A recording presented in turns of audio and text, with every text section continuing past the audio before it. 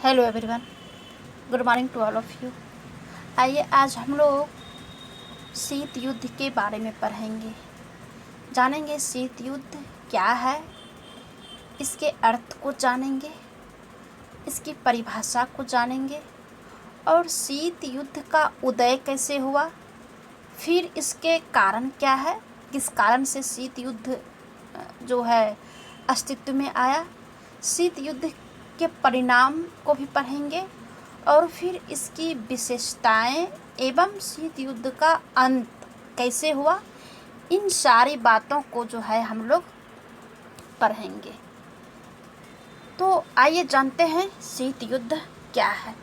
शीत युद्ध शब्द अंग्रेजी जो है कोल्ड वार है, इसका अंग्रेजी शब्द कोल्ड वार इसे कहते हैं और यह शब्द जो है अमेरिका रूस के मध्य शत्रुतापूर्ण एवं तनावपूर्ण राजनीतिक संबंधों से जुड़ा हुआ है, जिसकी शुरुआत द्वितीय विश्व युद्ध के पश्चात हुई है। शीत युद्ध की जो शुरुआत हुआ है वो द्वितीय विश्व युद्ध के बाद हुआ। इस युद्ध में कूटनीति, सैनिक प्रतिस्पर्धा, जासूसी एवं एक दूसरे के निर्णय को प्रभावित करने के लिए मनोवैज्ञानिक तरीके से भी एक दूसरे देशों को प्रभावित किया है। यही जो है शीत युद्ध है। अब जो है शीत युद्ध का अर्थ क्या है? शीत युद्ध का अर्थ है कागज के गोलों अर्थात कटु विचारों को लिखित रूप देकर अखबारों के माध्यम से एवं पेपर के माध्यम से यानी प्रिंट मीडिया एवं इलेक्ट्रॉनिक मीडिया दोनों के माध्यम के द्वारा जो है लड़ा जाने वाला विचारों का युद्ध, इसे जो है विचारों का युद्ध कहा गया है। इस प्रकार युद्ध में हथियारों के स्थान पर अखबारों, इलेक्ट्रॉनिक मीडिया एवं दूसरे देश को कूटनीतिक से हारने वाले युद्ध को ही शीत युद्ध कहा जाता है। अब है कि शीत युद्ध में जो है पूंजीवादी राष्ट्र संयुक्त राज्य अमेरिका और साम्यवादी संघ के बीच वैचारिक युद्ध था। ये जो वैचारिक युद्ध था ये पूंजीवादी गुट जो है जिसमें कि अमेरिका, ब्रिटेन ये सब आता था और दूसरी तरफ सोवियत संघ, दोनों के बीच जो वैचारिक युद्ध था जिसमें दोनों महाशक्तियां अपने अपने समूह के देशों के साथ संलग्न थी।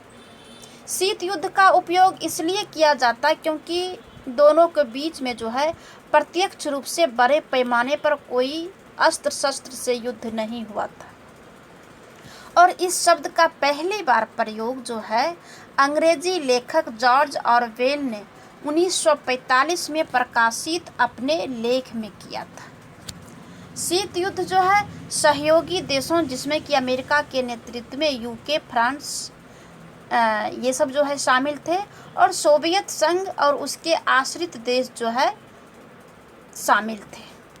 अब है कि सोवियत संघ जो है, सोवियत संघ को आधिकारिक तौर पर union of Soviet socialist Republic यानी यूएसएसआर के रूप में जाना जाता था। यह विश्व का पहला साम्यवादी राज्य था जिसकी स्थापना 1922 में ही हो गया था। अब जो है जानते हैं कि शीत युद्ध का उत्पत्ति कैसे हुआ, ये किस कारण से शीत युद्ध जो है अस्तित्व में आया, इसका क्या कारण था। तो विश्व में शीत युद्ध का उदय तब होता है जब द्वितीय विश्व युद्ध 1945 में अमेरिका ने जापान पर परमाणु हथियारों का प्रयोग किया और अपनी शक्ति का प्रदर्शन किया। तब रूस के राष्ट्रपति स्टालिन ने यह महसूस किया कि अमेरिका ने उससे इस रहस्य को इसलिए छुपाया ताकि साम्यवाद को वह आगे चलकर समाप्त कर सके। इस तरह शुरू हो गया शीत युद्ध का दौर। रूस को असुरक्षा की भावना महसूस होना शीत युद्ध का प्रमुख कारण माना जाता है। इसके अलावा भी शीत युद्ध के कुछ प्रमुख कारण है जो निम्न प्रकार से हम आगे देखते हैं, जिसमें कि पहला था युद्ध काल में रूस को अपर्याप्त सहायता। रूस ने यह आरोप लगाया कि युद्ध काल में जर्मनी द्वारा रूस पर आक्रमण होने पर पश्चिमी देशों ने जो सैनिक सहायता रूस को भी नहीं दिया था, यानी कम दिया था, कम मतलब नहीं के बराबर दिया था। दूसरा जो है साम्यवादी क्रांति का प्रभाव। 1917 की बोल्शेविक क्रांति के समय से ही पश्चिमी राष्ट्र जो है सोवियत संघ को समाप्त करने का प्रयत्न कर रहे थे, क्योंकि सोवियत जो है साम्यवाद एक विश्वव्यापी आंदोलन था। तीसरा जो है फुलटन भाषण, जो कि 5 मार्च 1946 की फुलटन घोषणा ने सोवियत रूस को तनाव में डाल दिया था। आगे है टर्की पर रूसी दबाव। जब टर्की में रूस का दबाव बढ़ने लगा तो अमेरिका ने उसे चेतावनी दी कि टर्की पर किसी भी आक्रमण को वह सहन नहीं किया जाएगा। और 5वां है अमेरिका में रूसी प्रचार। अमेरिका में रूसी प्रचार क्या हुआ? रूस ने अमेरिका में भी साम्यवादी प्रचार करना शुरू कर दिया था और अमेरिका इसके विरोध में था। वह पूंजीवादी विचारधारा का समर्थन करता था। आगे जो है रूस द्वारा शांति व्यवस्था में बाधा। ये जो है शीत युद्ध का जो कारण था उसमें एक है रूस द्वारा शांति व्यवस्था में बाधा। शांति व्यवस्था में रूस द्वारा इतनी बाधा डाली गई कि शांति व्यवस्था कायम करना मुश्किल हो गया था। 7वां है अमेरिका विरोधी प्रचार। सोवियत के समाचार पत्रों में अमेरिका की नीतियों के विरोध में आलोचनात्मक तरीकों से लिखना भी शुरू कर दिया था। ये भी एक कारण बना। आगे है रूस द्वारा जर्मनी पर अत्यधिक भार। रूस ने जर्मनी के उद्योग को छिन्न भिन्न कर दिया एवं अधिक मूल्य की मशीनों को रूस में वापस बुलवा लिया, जिस कारण जर्मनी की आर्थिक व्यवस्था काफ़ी हद तक बिगड़ गई थी।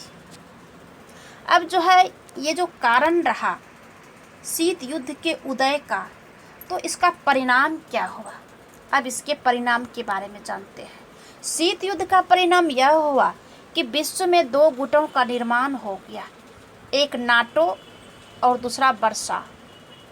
जहां नाटो अमेरिका का गुट था, वहीं वर्सा पैक्ट जो है रूस का था और इन दोनों गुटों ने विश्व को अपने अपने गुटों में मिलाना शुरू कर दिया था, जिस कारण विश्व के सामने अनेक समस्याएं जो है उत्पन्न हो गई। उसी बीच में गुटनिरपेक्ष नाम का एक पृथक गुट बना, जिसमें कि भारत जो है सम्मिलित था। अब उसके जो परिणाम निकला उसमें एक बर्लिन की घेराबंदी भी था। जैसे ही सोवियत संघ और सहयोगी देशों के बीच तनाव बढ़ा तो सोवियत संघ ने वर्ष 1948 में बर्लिन की घेराबंदी शुरू कर दी। बर्लिन की घेराबंदी सोवियत संघ द्वारा सहयोगी देशों के नियंत्रण वाले बर्लिन क्षेत्र में उनकी जो है गतिशीलता को सीमित करने का प्रयास किया था।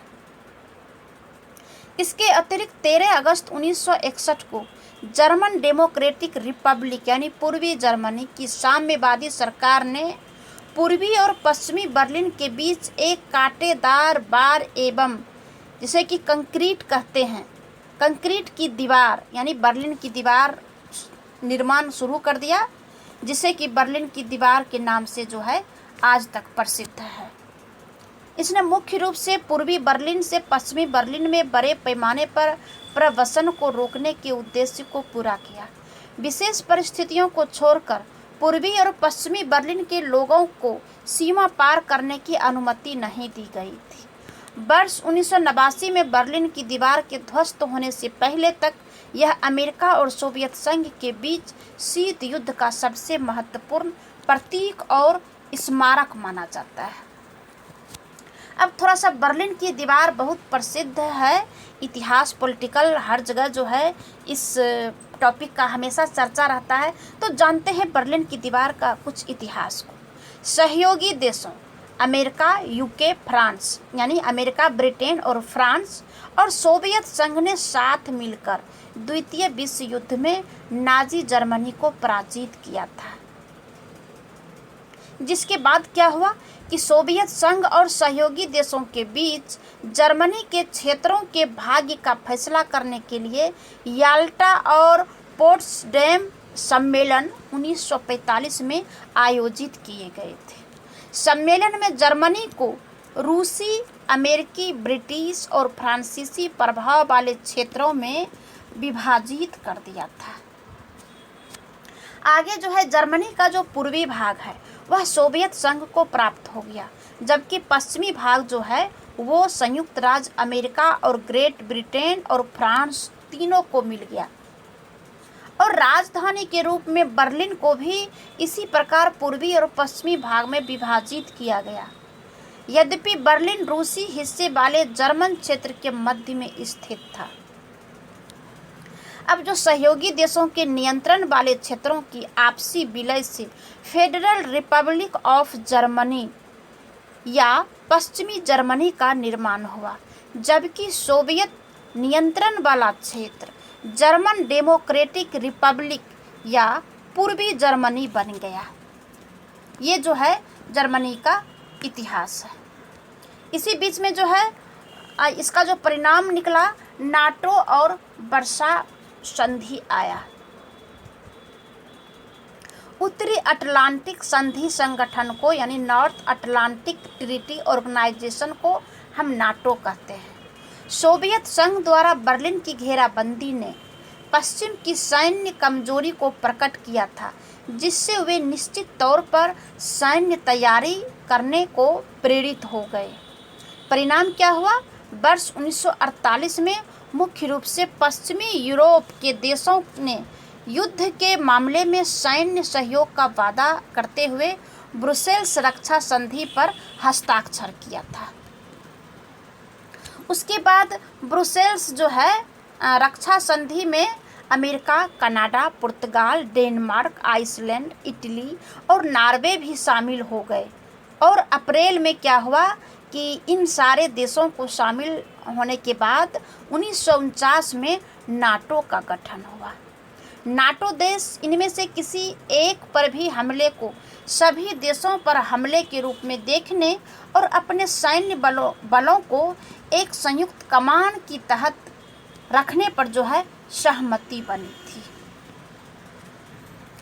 अब इसके विरोध में, नाटो के विरोध में वर्सा संधि भी बना। नाटो में पश्चिमी जर्मनी के शामिल होने के तुरंत बाद ही सोवियत संघ और उसके आश्रित राज्यों के बीच संधि जो है वर्सा संधि 1955 पर हस्ताक्षर हुआ। यानी कि जो पूंजीवादी गुट था, अमेरिका, फ्रांस, ब्रिटेन, इन लोगों ने और इनके साथ जो सहयोगी देश थे सारे मिलकर के नाटो का निर्माण किया। उसी के प्रतिशोध में जो है वर्सा पैक्ट सोवियत संघ द्वारा जो है बनाया गया।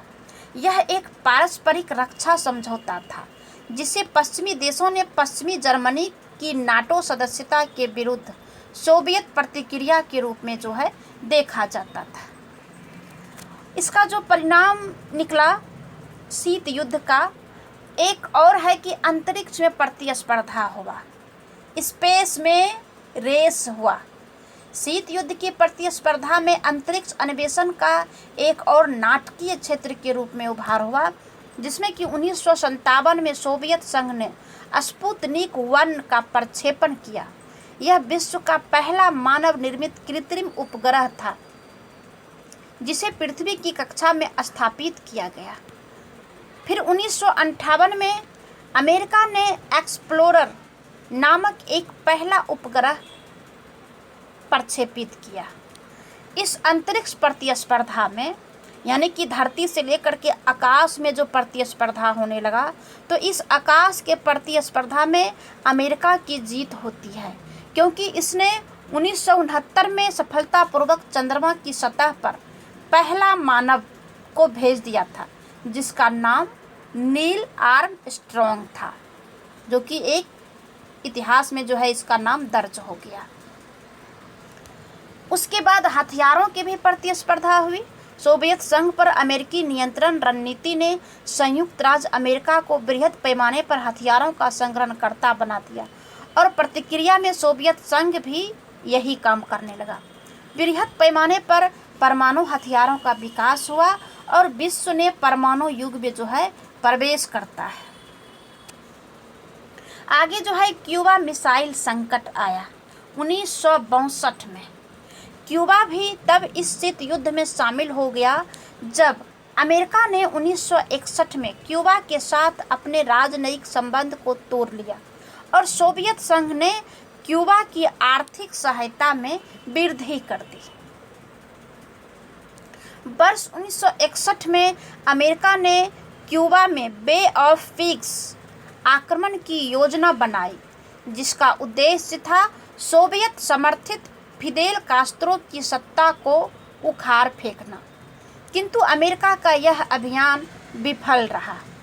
इस घटना के बाद फिदेल कास्त्रो ने सोवियत संघ से सैन्य मदद की अपील की, जिस पर सोवियत संघ ने क्यूबा में परमाणु मिसाइल लॉन्चर स्थापित करने का निर्णय लिया, जिसका उद्देश्य अमेरिका को लक्ष्य बनाना था।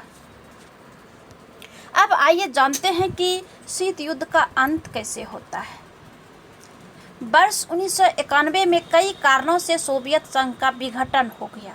सोवियत संघ का जो वर्सा पैक्ट संधि था, जो कि 1955 में बना था, वह जो है विघटन हो गया, जिसने शीत युद्ध की समाप्ति को चिन्हित किया, क्योंकि दो महाशक्तियों में एक अब कमज़ोर पड़ गया था, जिससे कि शीत युद्ध का अंत होना तय था। और यह सोवियत संघ के विघटन का कारण कुछ था। सैन्य कारण, पहला जो था सैनिक कारण। अंतरिक्ष और हथियारों की प्रतिस्पर्धा में सैन्य आवश्यकताओं को पूरा करने में सोवियत संघ के संसाधनों का बड़ा नुकसान हुआ था, क्योंकि ये जो अंतरिक्ष में जो प्रतिस्पर्धा करने लगे, तो जो सैनिक की जो आवश्यकता थी, जो सेना को चाहिए, वह देने में जो है सोवियत संघ जो है विफल होने लगे। मृत प्राय होती सोवियत अर्थव्यवस्था में सुधार के लिए गोर्बाचेव ने ग्लासनोस्त और पेरेस्ट्रोइका नीतियों को अपनाता है, क्योंकि अब जो है रूस में सोवियत संघ में जो है गोर्बाचोव की सरकार आती है और उन्होंने अपनी नीति के अनुसार जो है काम करना स्टार्ट कर देता है। ग्लासनोस्त का उद्देश्य था राजनीतिक परिदृश्य का उदारीकरण, और तभी से जो है उदारीकरण का शुरुआत होता है। पेरेस्ट्रोइका का उद्देश्य सरकार द्वारा संचालित उद्योगों के स्थान पर अर्ध मुक्त बाजार नीतियों को प्रस्तुत करना था। इसीलिए जो है इसका जो वर्सा पैक्ट संधि था, यह खत्म हुआ। और जो एक कारण था अफगानिस्तान का युद्ध। सोवियत अफगान युद्ध 1979 से 89 में सोवियत संघ के विघटन का एक अन्य प्रमुख कारण था, क्योंकि इसने सोवियत संघ के आर्थिक और सैन्य संसाधनों को काफ़ी क्षति पहुंचाई थी। अब जो है आता है उदारवादी नीति, उदारवादी विचारधारा। विश्व युद्ध के पश्चात स्टालिन का जो युग है, सोवियत संघ की विदेश नीति का सबसे कट्टर युग था। अतः उन्होंने उग्रता के मार्ग को छोड़ने में रुचि दिखाई और दूसरे देशों के प्रति उदार नीति को प्राथमिकता दी। आगे जो है तटस्थता की राजनीति भी जो है ये शीत युद्ध को ख़त्म करने का कारण बना। फ्रांस जो है नाटो के लिए ज़्यादा धन खर्च नहीं करना चाहता था और ज़्यादातर मामलों में तटस्थता के प्रति वह समर्पित रहता था। इसीलिए जो है ये इसका जो है ख़त्म होने का ये भी कारण है। एक और कारण है जनमत का महत्व। युद्ध जनता के लिए सदा एक बोझ रहा है, वह विनाश को न्योता देता है और इसमें सदा से ही जनता को ही नुकसान का सामना करना पड़ता है, जिस कारण विश्व की समस्त जनता युद्ध के खिलाफ हो गई थी। आगे है यूरोप में बदलाव आया। यूरोप में राजनीतिक सोच समझ में बहुत परिवर्तन आया, जैसे कि जर्मनी की दीवार का टूटना, पोलैंड में राजनीतिक कट्टरता में कमी, एवं चेकोस्लोवाकिया तथा यूगोस्लाविया आदि के संबंधों में मित्रता का भाव आना, ये भी जो है शीत युद्ध को ख़त्म करने का कारण बना। इसके आगे है अमेरिका जो है अकेला महाशक्ति बचा। शीत युद्ध के समापन के बाद विश्व राजनीति में जो एक नया बदलाव आया वह रूस के सोवियत संघ का विघटन हो गया था, अर्थात विश्व में एकमात्र जो है शक्ति बची थी जो कि अमेरिका ही था। अब आइए जानते हैं कि शीत युद्ध की विशेषता क्या रही है। शीत युद्ध की क्या विशेषता है, जिसमें कि पहला है शीत युद्ध में जो है प्रचार प्रसार को ज़्यादा महत्व दिया जाता था, क्योंकि शीत युद्ध लड़ने के लिए समाचार पत्र, अखबार एवं कूटनीति के माध्यम से ही यह युद्ध लड़ा जा रहा था। यह एक वाक युद्ध था। दूसरा जो है शीत युद्ध को दिमागों में युद्ध के प्रश्रय देने वाला युद्ध कहा जाता है। यानी जो शीत युद्ध जो हो रहा था वह मनुष्य के दिमागों से हो रहा था, क्योंकि इसमें युद्ध जैसे हालात सामने आ जाते हैं परंतु युद्ध होता नहीं है। ये जो है इसकी विशेषता है शीत युद्ध की। तीसरा जो है शीत युद्ध विचारों का नहीं बल्कि रूस और अमेरिका जैसी महाशक्ति के मध्य चलने वाले संघर्ष का नाम है।